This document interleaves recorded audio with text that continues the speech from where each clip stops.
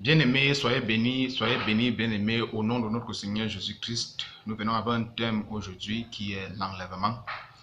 Et bien de choses à vous, que Dieu vous bénisse, et tous ceux qui nous suivent, tous ceux qui nous écoutent. Euh, Moi, c'est Franklin Tang de la Vérité en Jésus-Christ TV.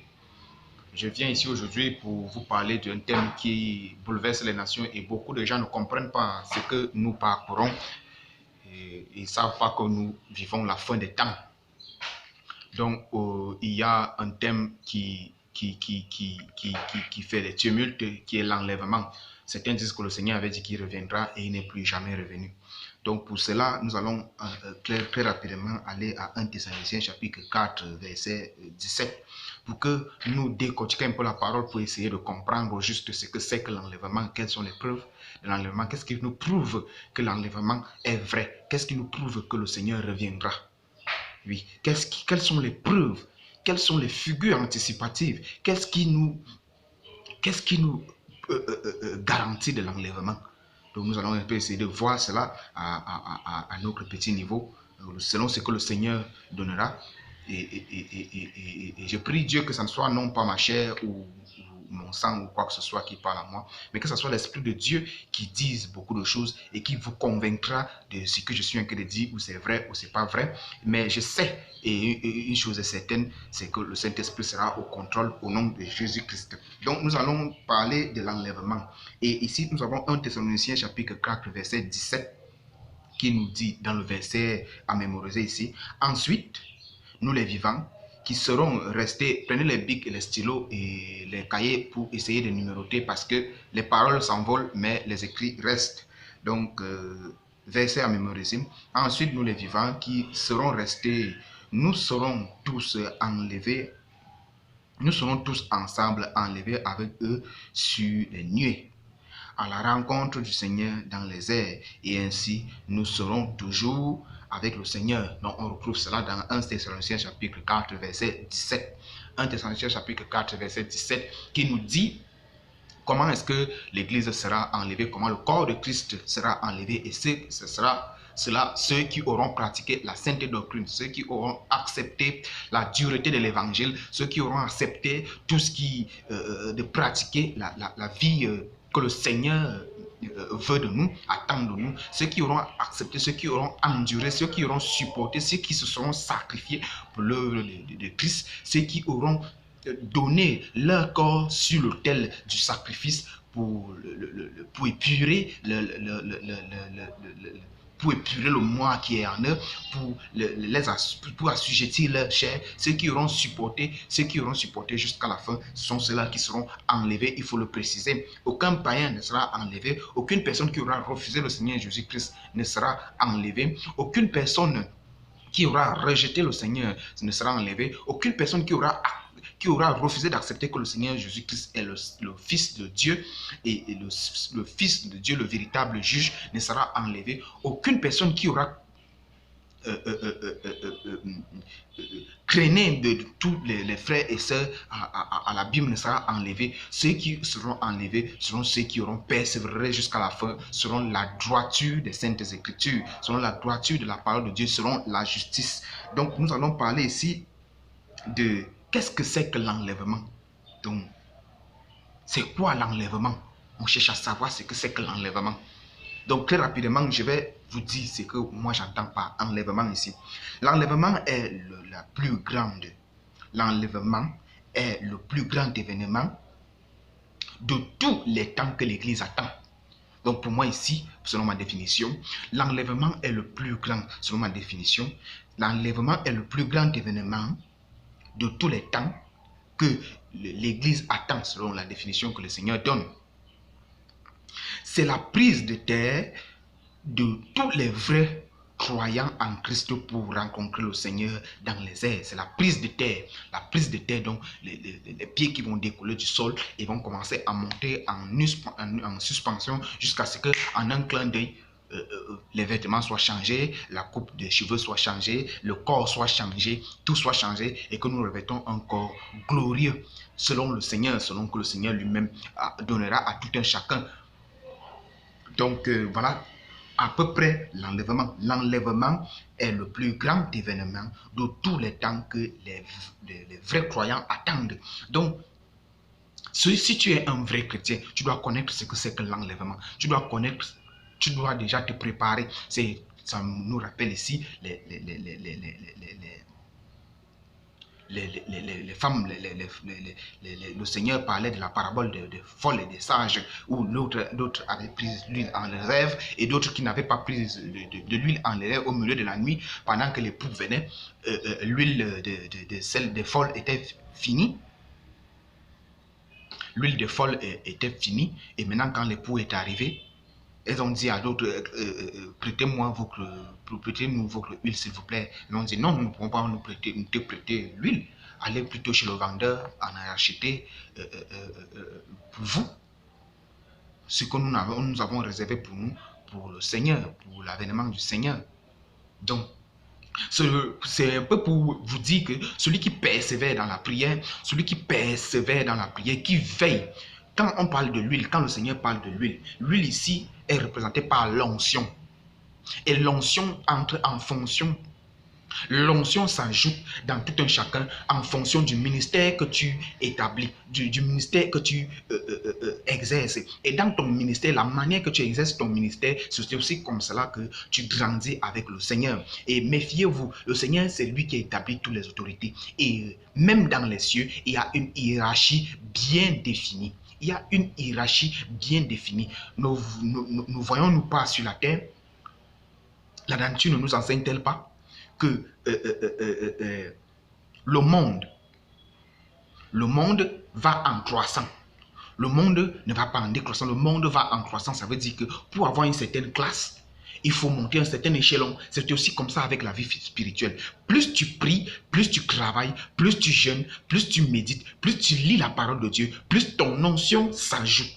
Jusqu'à quand tu pries beaucoup, tu médites beaucoup, tu jeûnes beaucoup, tu as plus d'onction et tu en as même jusqu'en réserve. Tu en as jusqu'en réserve. Rappelez-vous de la femme qui avait à la perte de sang, qui avait touché le Seigneur Jésus-Christ. Et le Seigneur Jésus-Christ a ressenti qu'une force était sortie de lui. Une puissance était sortie de lui. Le Seigneur l'a ressenti parce qu'il connaissait le potentiel qu'il avait. Il connaissait à quel niveau le degré de spiritualité qu'il avait déjà atteint. Il connaissait le degré de spiritualité qu'il avait atteint. Donc, il connaissait sa force de frappe devant Satan. Il connaissait qu'à ce niveau-ci, je peux frapper Satan. À ce niveau-ci, je suis faible. Et c'est ce que le Seigneur conseille aussi à tout un chrétien, de connaître sa position dans la vie chrétienne. Pour que le jour de l'enlèvement, tu ne sois pas surpris de rester. Il faut que chacun connaisse sa position. Chacun connaisse que à ce niveau, si je suis en train de m'affaiblir dans la prière, si le Seigneur vient, je vais y rester. À ce niveau, si ma vie de jeûne a pris un coup, à ce niveau, si je ne parviens plus à évangéliser, à ce niveau, si je ne paye plus bien mes dîmes, je ne donne plus bien mes offrandes, il faut que je change ma manière de faire pour que l'avènement du Seigneur ne me surprenne pas. Donc le Seigneur, quand cette femme à la perte de sang lui a touché, il a ressenti une puissance qui est sortie de lui. Il connaissait qu'il y avait une force qui est sortie de lui. Il connaissait le degré d'onction qu'il avait atteint. Donc nous chrétiens aujourd'hui aussi, nous avons cherché à savoir quel degré d'onction, quel degré nous sommes, à quel niveau nous sommes. Et cela nous est révélé seulement par le Saint-Esprit. Parce que on dit, voici les miracles qui accompagneront ceux qui auront cru. À mon nom, ils chasseront les démons, feront tout ce genre de choses. Mais nous allons remarquer que dans les églises, il y en a ceux qui ne peuvent même pas imposer les mains aux malades et que les malades guérissent. Pourquoi? Parce que leur vie spirituelle est amoindrie. Leur vie de prière est amoindrie. Leur vie de jeûne et de méditation est amoindrie. Ils ouvrent de moins en moins la Bible. Ils se mettent à genoux de moins en moins. Et la vie spirituelle est amoindrie. Il y a beaucoup qui ne sont même pas sûrs de leur salut. Et ce sont ceux-là aussi qui doutent même de l'enlèvement. Donc très rapidement, mes frères, ne doute plus de l'enlèvement. L'enlèvement est certain et l'enlèvement est vrai. Nous allons aussi ici chercher à savoir quelles sont les preuves, qu'est-ce qui nous prouve que réellement, quelles sont les preuves anticipatives que le Seigneur a laissées pour que nous devons savoir que réellement l'enlèvement est proche, pour que nous devons savoir que réellement l'enlèvement aura lieu, pour que nous devons savoir que réellement, c'est quand on parle de l'enlèvement, ce n'est pas de la plaisanterie, que l'enlèvement est proche. Qu'est-ce qui nous prouve? Qu'est-ce qui nous donne la certitude? Qu'est-ce que toi, en tant que chrétien, tu as comme preuve de l'enlèvement qui te prouve que le Seigneur vient? Est-ce en croyant seulement? Non, nous devons chercher aussi en lisant la Bible pour que nous devons aussi avoir les preuves écrites. Le Seigneur n'est pas... Le Seigneur est Seigneur, il est le roi des rois. Il savait qu'il y aura certains qui douteront de cette parole de l'enlèvement. Voilà pourquoi il y a eu des preuves anticipatives. Nous allons donc lire ces preuves dans Genèse. Genèse chapitre 5, verset... Genèse chapitre 5, verset 24. Très rapidement. Genèse chapitre 5, verset 24. Qu'est-ce que la Bible nous dit ici? Genèse chapitre 5, verset 24. Enoch marcha avec Dieu, puis il ne fut plus. Enoch marcha avec Dieu, puis il ne fut plus. Qu'est-ce qu'il était arrivé puisqu'il ne fut plus? Suivons la suite. Enoch marcha avec Dieu, puis il ne fut plus. Parce que Dieu, Enoch marcha avec Dieu, puis il ne fut plus. Parce que Dieu le prit. C'est ce qu'on nous dit ici, parce que Dieu le prit. Dieu le prit. Dieu, Enoch n'a pas connu la mort. Dans Genèse chapitre 5, verset 24, notez mes frères. Enoch n'a pas connu la mort. Enoch n'a pas connu la mort. Son corps n'a pas connu la corruption. C'est la figure anticipative de l'enlèvement. C'est la figure anticipative du Seigneur Jésus-Christ qui est ressuscité, qui est monté dans les airs, comme il est monté. Il a dit comme il est monté, c'est de cette façon aussi qu'il descendra et tout le monde. Tout est le verra, tout est réellement le verra. Enoch n'a pas connu la mort. Enoch n'a pas connu, son corps n'a pas connu la corruption. Nous avons encore ici dans 2 Rois, chapitre, vous pouvez aussi lire l'histoire d'Élie. Élie qui fut enlevé et qui n'a pas connu la mort. 2 Rois, chapitre 2, versets 11 à 12. Élie, voilà les gens qui nous prouvent, ce sont les preuves de l'enlèvement, c'est ce qui nous prouve que l'enlèvement aura réellement lieu. Et de la manière dont nous serons enlevés, c'est ça qui nous prouve. On voit que Élie avait été enlevé par un char de guerre très illuminant. Élie était parti dans un char céleste. On peut aussi dire, Élie était parti dans un char de guerre céleste. Certains peut-être aussi meurent spirituellement. Le char de guerre céleste aussi vient leur prendre. Qui sait? Personne ne le sait. Mais c'est ce que je sais, comme Élie avait été enlevé, certains quand ils meurent aujourd'hui avant l'enlèvement, sûrement sont aussi enlevés de la même façon. On comprend par là aussi que avant l'enlèvement, que le Seigneur Jésus-Christ va venir nous prendre dans les airs, on comprend par là que le même char qui avait pris Élie,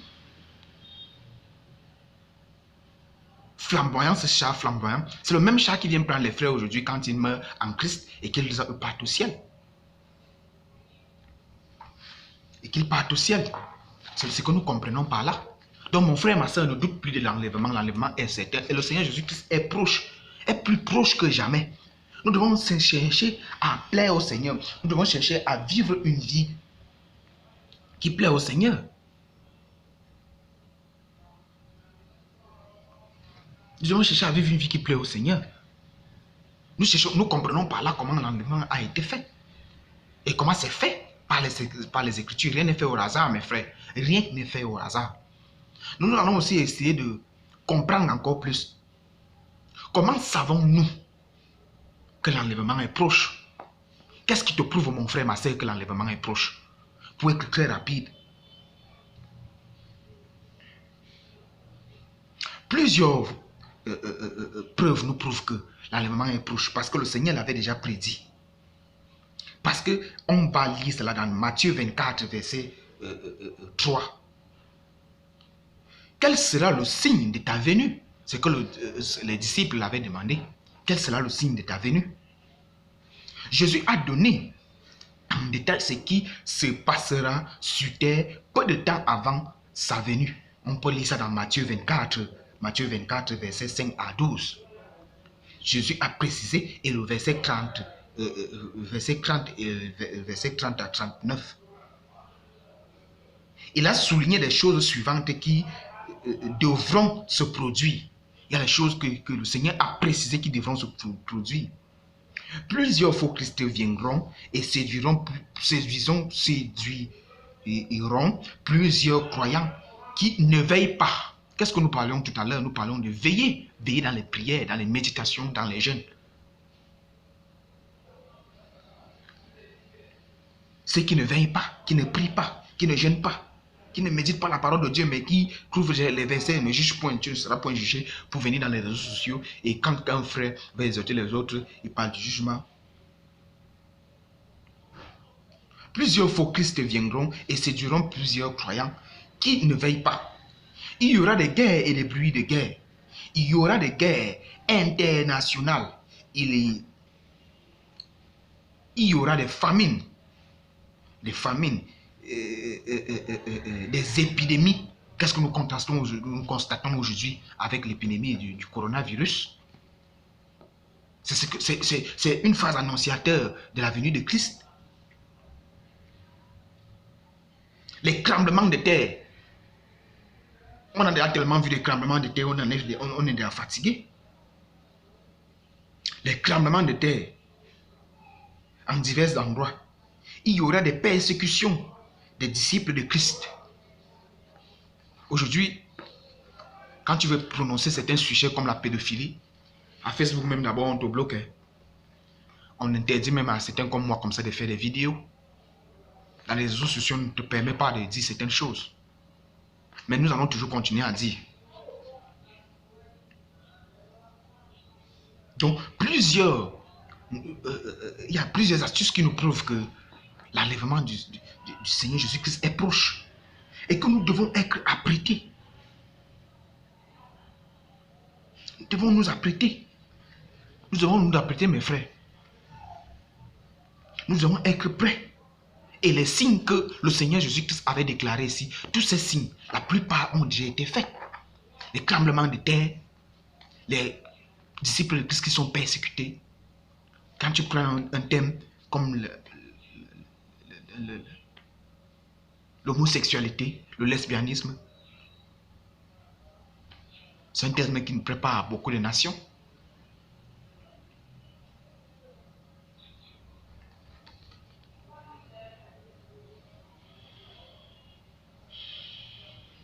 Nous allons encore suivre avec une autre question ou encore un autre chercheur du savoir.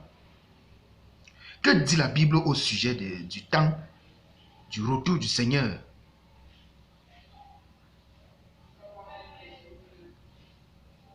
Que dit la Bible au sujet du temps du jour du Seigneur, du retour du Seigneur? Et quelles leçons les croyants doivent tirer?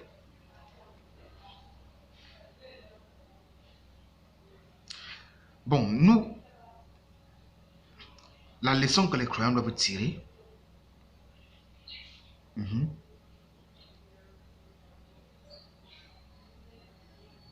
quel est le temps du retour du Seigneur?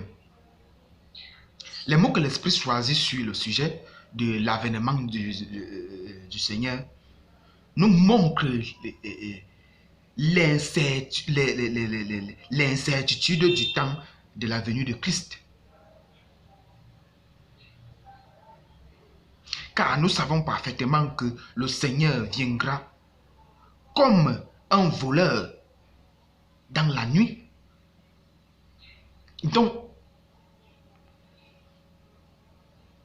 l'Esprit nous révèle ici que nous sommes incertains, personne ne sait quand est-ce que le Seigneur viendra.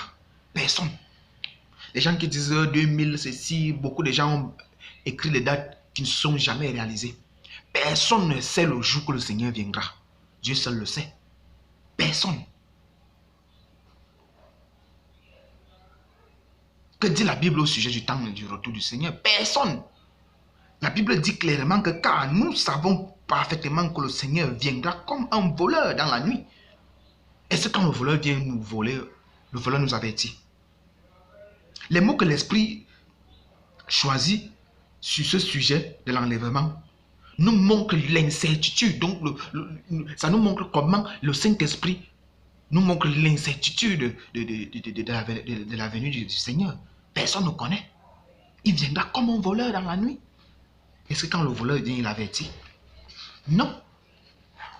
Donc mes frères, nous devons être apprêtés parce que le Seigneur viendra comme un voleur à l'heure où on ne s'y attend pas. Si tu ne veilles pas, si tu ne pries pas, si tu ne médites pas, si tu n'es pas en éveil, si tu n'es pas rempli d'huile, si ta lampe n'a pas d'huile, si ta lampe n'a pas d'huile, et l'huile de cette lampe, c'est la prière, le jeûne et les méditations.